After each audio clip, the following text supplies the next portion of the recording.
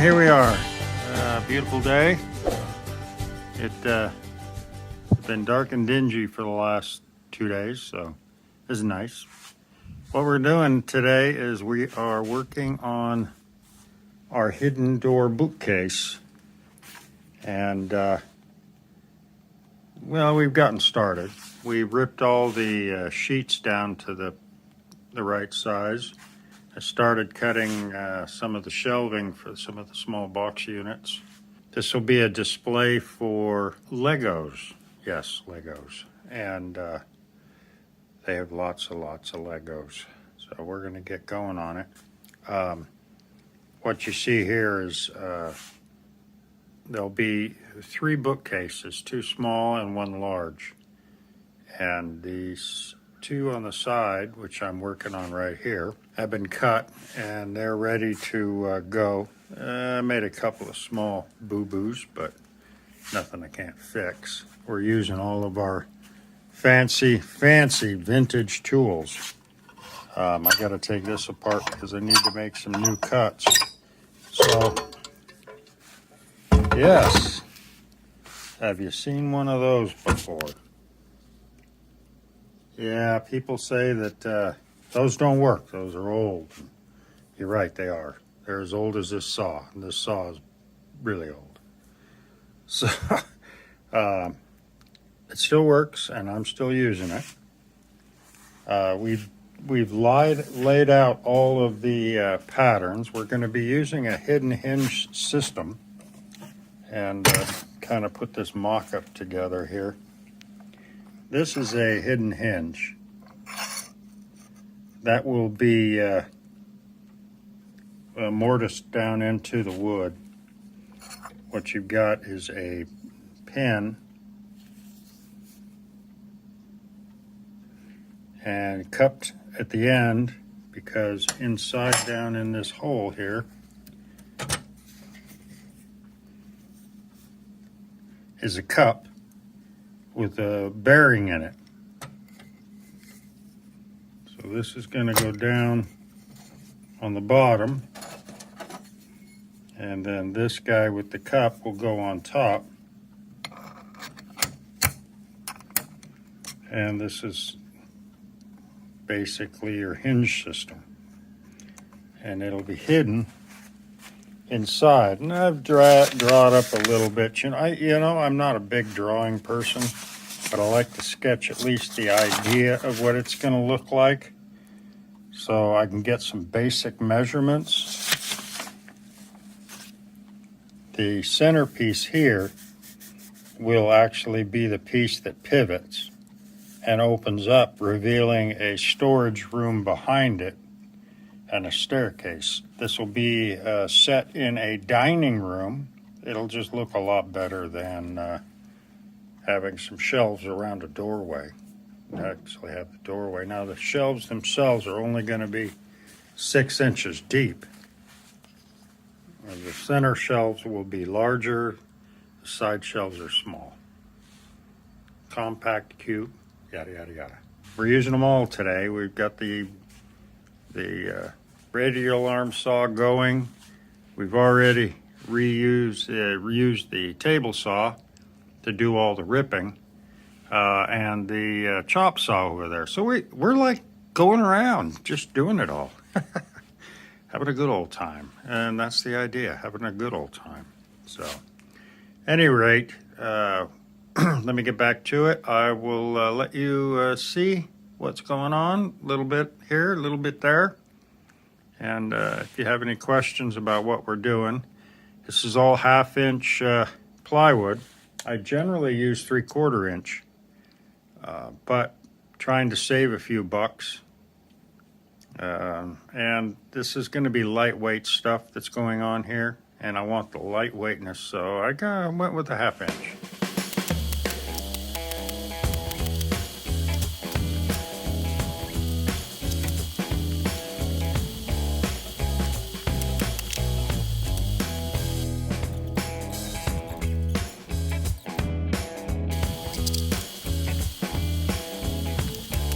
Okay, so it's about quitting time, and yeah, this has been rough. very rough.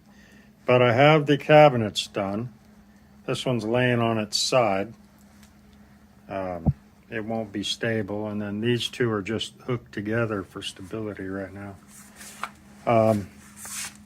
My biggest challenge, of course, is this hinging point, this hidden hinge that I've got here. I had to build this spacer because I'm also using a wheel down there, as you see. And then this has the all the parts. I can't take it off because I don't have both. I got to use both hands. I don't want to lose the ball bearings. But yeah, on this end, I can show you. This is the other pivot here. That'll be for the top bracket. All I got to do is putty it up, sand it down. I got to cut all of the trim pieces for it. And then I can actually get started in the house on the walls. Everything measures out right, so we can just hope, just hope that everything works out. But it's just a quick update. There's a lot of work involved in putting these hidden hinge things in, so it's been a lot of fun, but I'm not going to want to do it again. I was asked the other day about what I was doing here. This centerpiece, again, like I said, it's laying on its side. So this centerpiece here isn't tongued out like this. It is actually, it's just butt nailed down there. What I did was to keep all these shelves all exactly the same, was I went to an old way of doing it, which is, this is my practice board. Just cutting 3-inch, this is a 6-inch board. So basically what we did was we cut 3-inch and 3-inch, and that gave us this beautiful X. Well, actually, in the case of the cabinet, this is what it's doing here. And then it's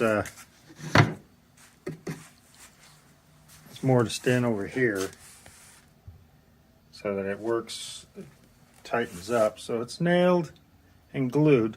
This is a lightweight cabinet, remember. That's going to be a door, and these are going to be stationary. And it's only going to hold very light things. Basically, somebody's Lego collection. All right, well, I'll cut it short here and knock it out and get back to relaxing. See you later. All right, so here it is, complete, short of paint. It's like anything else when you're building a cabinet, a bookcase. Pretty much the same style of doing things. All you got to do is remember that part of it's going to move. In order to make this move, because of the floor in this house is so jacked up, I had to make a block, a pillar, for the hinge system to sit on down here. That's why you see this excess stuff down there. To open it, you had to be careful with the trim boards. Now, most of these trim boards are stationary, just on the edge of the plywood, the typical stuff, But then there had to be the ones that had to be able to be moved, and that's the trouble. You can see a little bit up here because of the latch drooping a little bit. But I think we can get around that. This is the cable that goes to the latch itself. It will be hooked up to a stationary item sitting here, and you'll just pull the item and that'll open the door rather than having a cable hang here. But as you can see, all we have to do is pull it, and away she goes. She opens up. I'll show you again from a distance how this works. So, in order to make this open, all you're going to do is pull this cable and it opens. Now, as you see, we've got some pieces here in order to kind of camouflage the fact of where the seam is. I've overlapped, and then of course this is an overlap here. That way it covers the gappage between the two cabinets needed for it to swing in and out. This is the lock. It's not a big deal lock.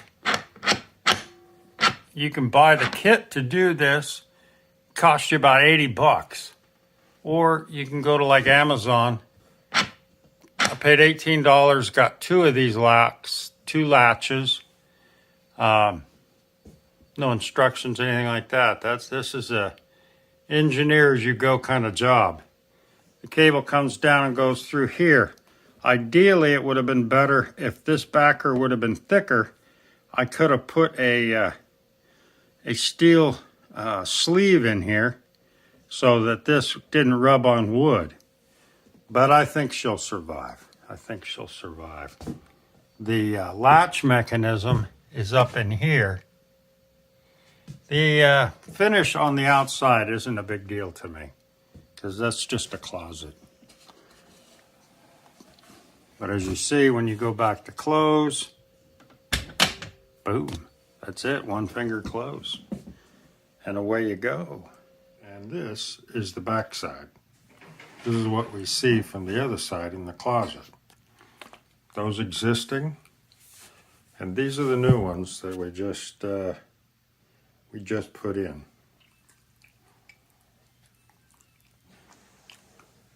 That's some shelves. And one small thing, most of you won't understand, but my father will. He knows what that is. That's a project.